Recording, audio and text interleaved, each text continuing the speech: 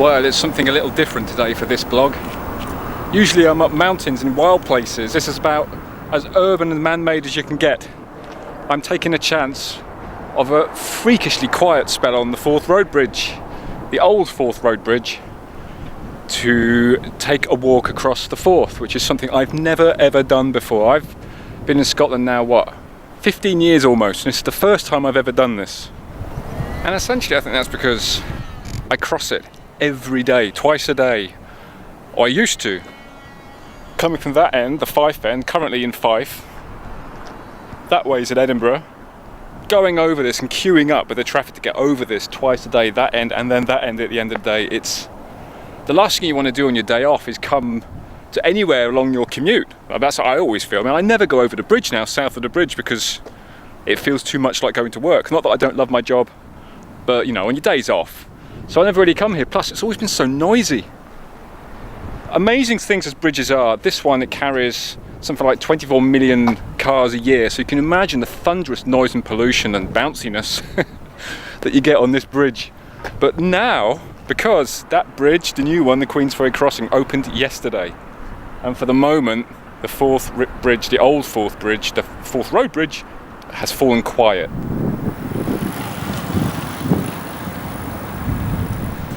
But it's temporary, it's not going to be quiet for long. So it seems like the perfect opportunity to come across the bridge while it is quiet and clean. I've come on the train today from Markinch because I stay over by Glenrothes. I've got a train from Markinch over to North Queensferry, which is just at the other end of the bridge over there. I'm going to walk over this bridge and then walk through South Queensferry, which is on the other side of the Forth, and then come back over the rail bridge all the way back to Markinch. So doing a nice loop. Of course, the other reason for doing it today is it's relatively still for being however many metres it is up, 50, 60 metres up in the middle of the Firth of Forth. Typically a very windy place, even in summer. You get real winds gusting through here. It's like a wind tunnel looking out west that way.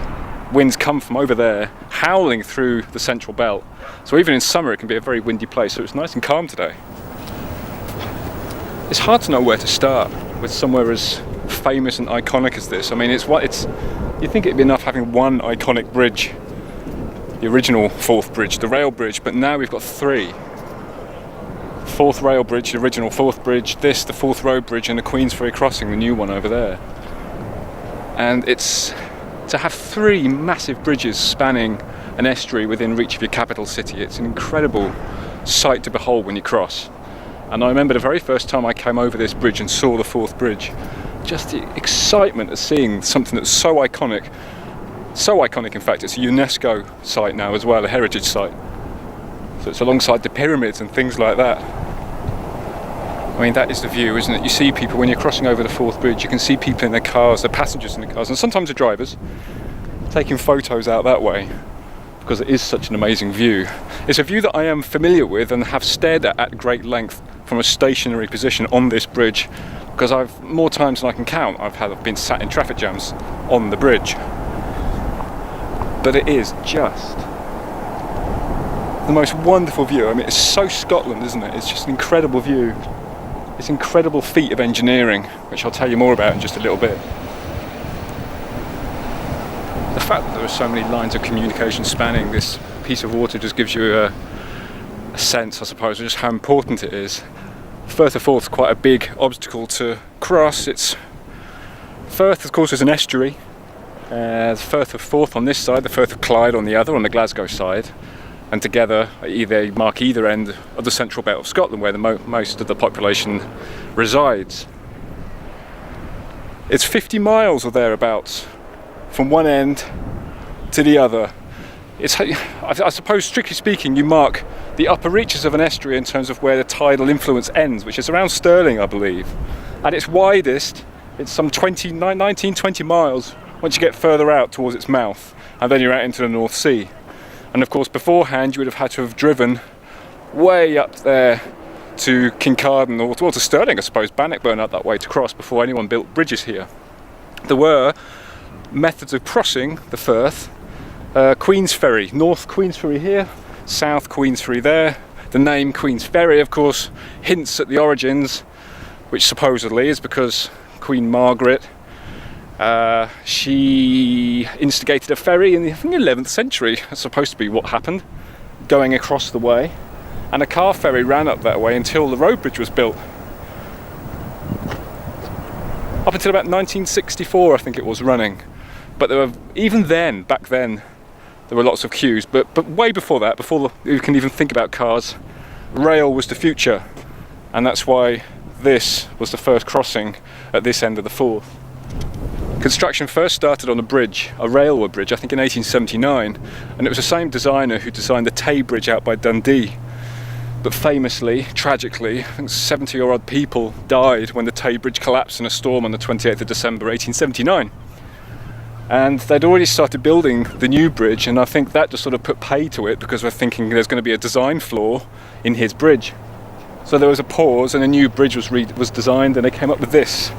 Construction started in 1883 and it opened in 1890. It's a very distinctive 3 cantilever bridge, 2.5 kilometres long, and it has 1,000 ton counterweight to either end.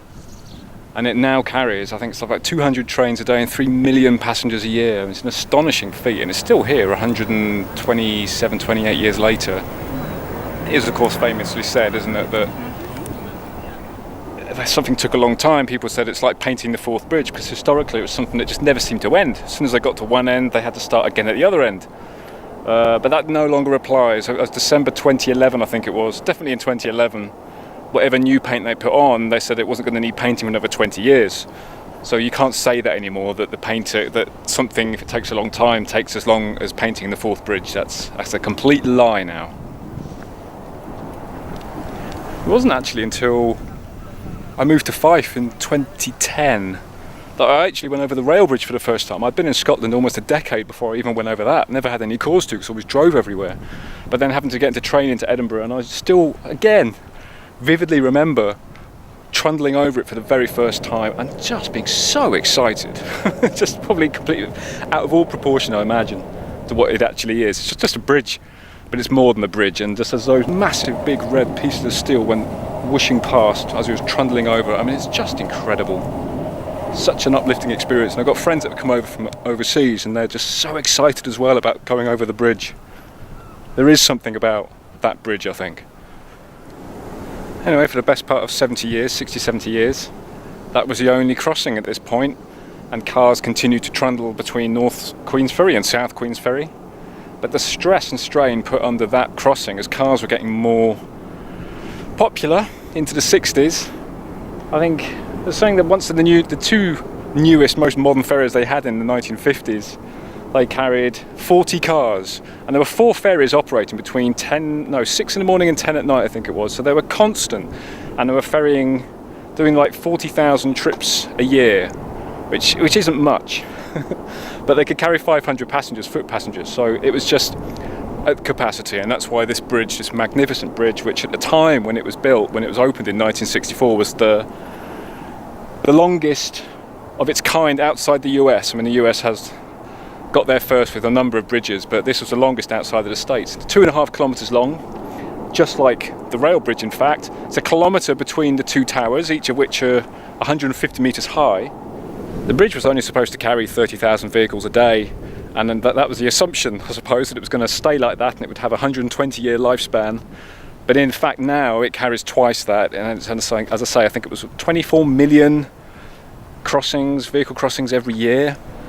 And the poor bridge, the rigours of Scottish weather and having that volume of traffic over it, it has suffered. And in 2005 there was enormous concern that they found that the cables, which are inside here, it's these massive, great big cables, it's not just one cable, they're made up of, I think it's around 11,600 or something like that, 11,500 tiny little cables, each of which is about 4 millimetres wide.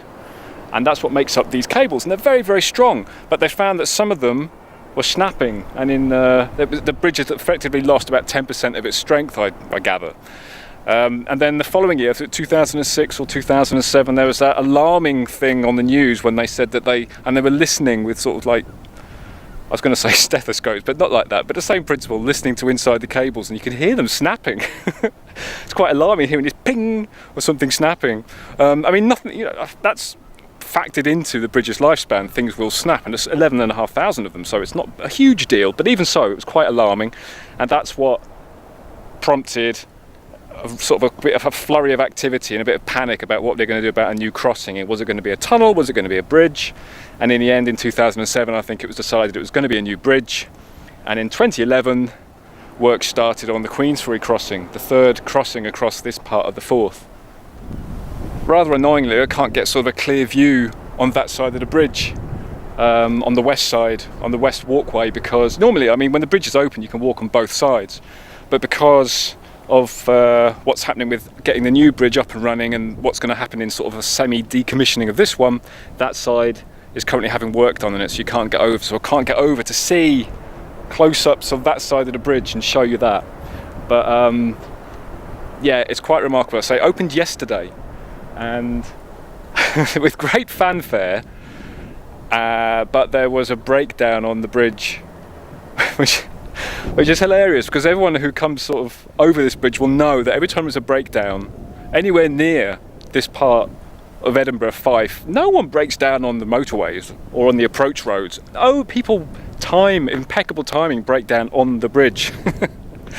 So there was a breakdown on the bridge, and this one, the new bridge, unlike this old one, has got a hard shoulder, which means that a breakdown can actually pull out the way and stop blocking traffic. But even with the hard shoulder, it was a lorry, and it blocked the southbound traffic coming from Fife, and there was a 4-mile tailback back to Dunfermline, which was a pain in the arse, quite frankly, for getting to work yesterday morning. I went over to Clackmanager Bridge instead. I was gutted. I was looking forward to coming over.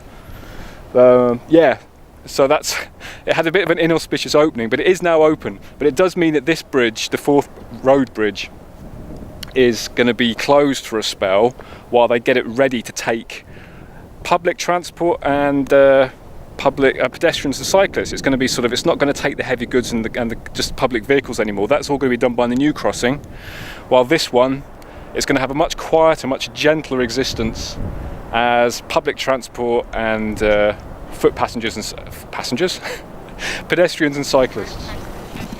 No. Yeah. Hi. That's all going to take a while to actually do, so it's not going to reach this new state of operation until October, November time. And of course, this weekend coming, we've got the big opening, the big fanfare opening, where they're having 50, 60,000 people who were chosen by ballot. I applied but didn't get a ticket to walk over the bridge because it's got no walkway, controversially. It was in the original plans, I think, but the Scottish Government took it out, probably because of money. In my mind, that's very short-sighted, because the whole rationale behind this bridge closing ultimately is because its life is diminishing.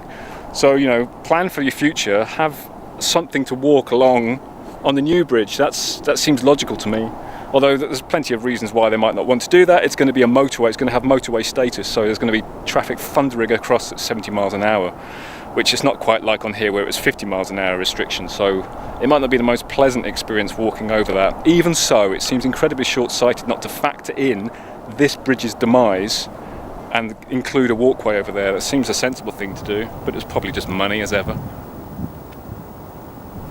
So this bridge is certainly going to be quieter than it ever was. If I'd have come here last week to do this blog, you wouldn't have heard me. I would have been shouting to be heard.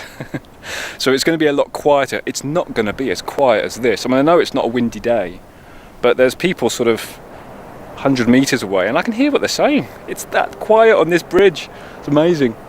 The one thing you really have to think is that, you know, all these people in South Queensferry and North Queensferry who live right next to this old bridge, just like that, the noise, the background roar would have stopped, and they're probably taken it for granted for years, decades, that there's this background roar to their lives. You know what it's like if you live near a dual carriageway or a motorway, just having that roar in the background. I mean, there is a roar from the new bridge, and that will get a bit louder, of course, once it's up to 70 miles an hour, but even so, it must be just that much quieter for these people down in South Queensferry now and North Queensferry. Conversely, all the people who live over near that end of the bridge where it comes off to the south, and a bit less of us away to the north, because there's not so many houses at the northern end of the Queensferry Crossing, but certainly at the southern end, the western side of South Queensferry, they're going to have had just instantly overnight. There's going to be a background roar to their lives that wasn't there before.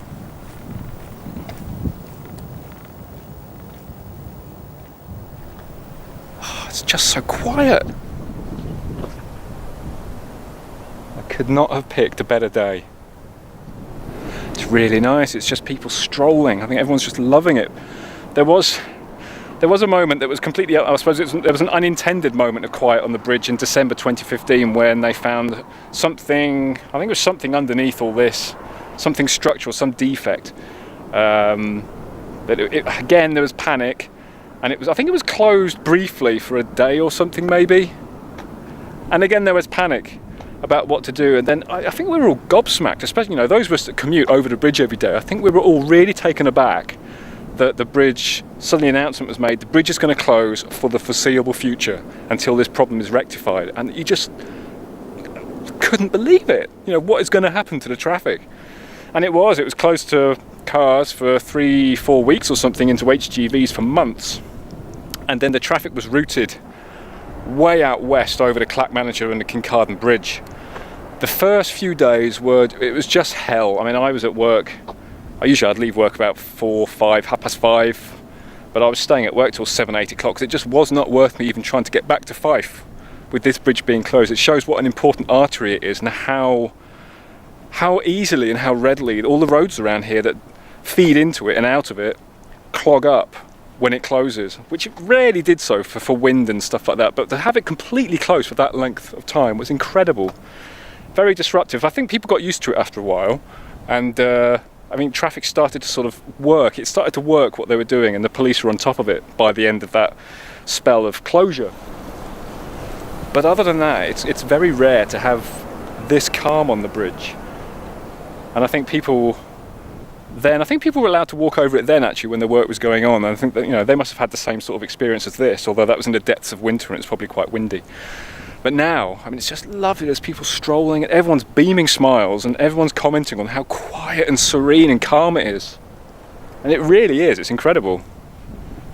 The new bridge is the highest bridge in terms of its towers in the UK, at just over 200 metres per tower. It's massive. The span's a bit longer than this one. I think it's 2.7 kilometres, and it's been made to handle the same voluminous traffic as this bridge here. And if you're wondering what the new bridge is like, I did manage to come back over it. There's a bit of a queue. I think I had to wait 45 minutes to get on coming northbound, and it's smooth because it doesn't have these famous things. This wasn't built in sections, so you don't have the clunk of going over the old bridge. It's very, very smooth with no clunks, and it was over in a flash, like most pleasurable things are. But it has been really interesting seeing the new bridge just develop over the last 7 or 8 years. Started off just with barely anything at all. I mean, so much groundwork had to be done, had to be laid before they can even build the towers. And there was a bizarre world record in 2013, I think it was, for the largest underwater concrete pour. Some of however many thousands of cubic meters they poured underwater to actually form the base of these massive towers that are now towering 200 meters above the Firth. It's something you can't think. It's always weird when you say something's a world record, as if there's lots of teams all over the world scrabbling around to sort of beat the record for the largest underwater concrete pour. I can't believe. Actually, I'm probably being unkind. There's probably a lot of that going on in the world. But so there was a lot of work done, and then. So it's just watching these massive bases go up and the towers sort of grow, and the towers went in first and watching them grow. And I think we went out on the Maid of the Firth, which is the boat you can get from South Queensferry, which takes you on a tour under the bridges and out to Inchcolm out there. And we went out under the bridge at that time, and then they weren't even as high as they were going to be at that point, and they were massive and incredible to watch. And then watching the sort of the struts go outwards after that, and the the carriageway just expanding outwards from each of the towers until they all joined, and you can see them winching these pieces into place. It's quite remarkable to see it happening, although when you see it in real time every day on your commute, you barely notice a difference. It's quite interesting. There's quite a lot of footage now of, you know, the whole operation, 7 or 8 years of it sped up, and it's incredible to watch. But like anything, you go away for a month, 2 months, or if you come to Scotland on your holidays every year, you really would have noticed a difference. But day by day, as you were just going over the bridge, you didn't really notice anything changing. And yet suddenly there's this bridge here. It's amazing. Well, we're nearing the end now. I've had a lovely quiet walk over the Firth, which is the first time I've ever done it. Coming into North Queensferry, so coming onto the Edinburgh side, left Fife. South Queensferry is a lovely place. It's very small, old town further towards the bridge. Lovely run of pubs and cafes down by the bridge, and you've got the sort of the railway way up above you, especially at the Hawes Inn just down there. Lovely place to sit in the evening with the sun setting. The sun sets out across the west up the Firth. I mean, especially once you're getting into the winter months, the sunsets are just incredible. So South Queensferry, down the pub stretch, sort of the strip down there, is a really nice place to hang out and watch the sun go down, which I've done quite a few times. So there we are, I'm back over dry land again. That's my crossing, my one and only so far crossing of the Firth of Forth by foot. I can't believe it's taken me this long to do it, but I'm so pleased. I got off my arse yesterday as soon as that bridge opened and this one shut, and actually got to see it very quiet on a very still sunny day. Lovely.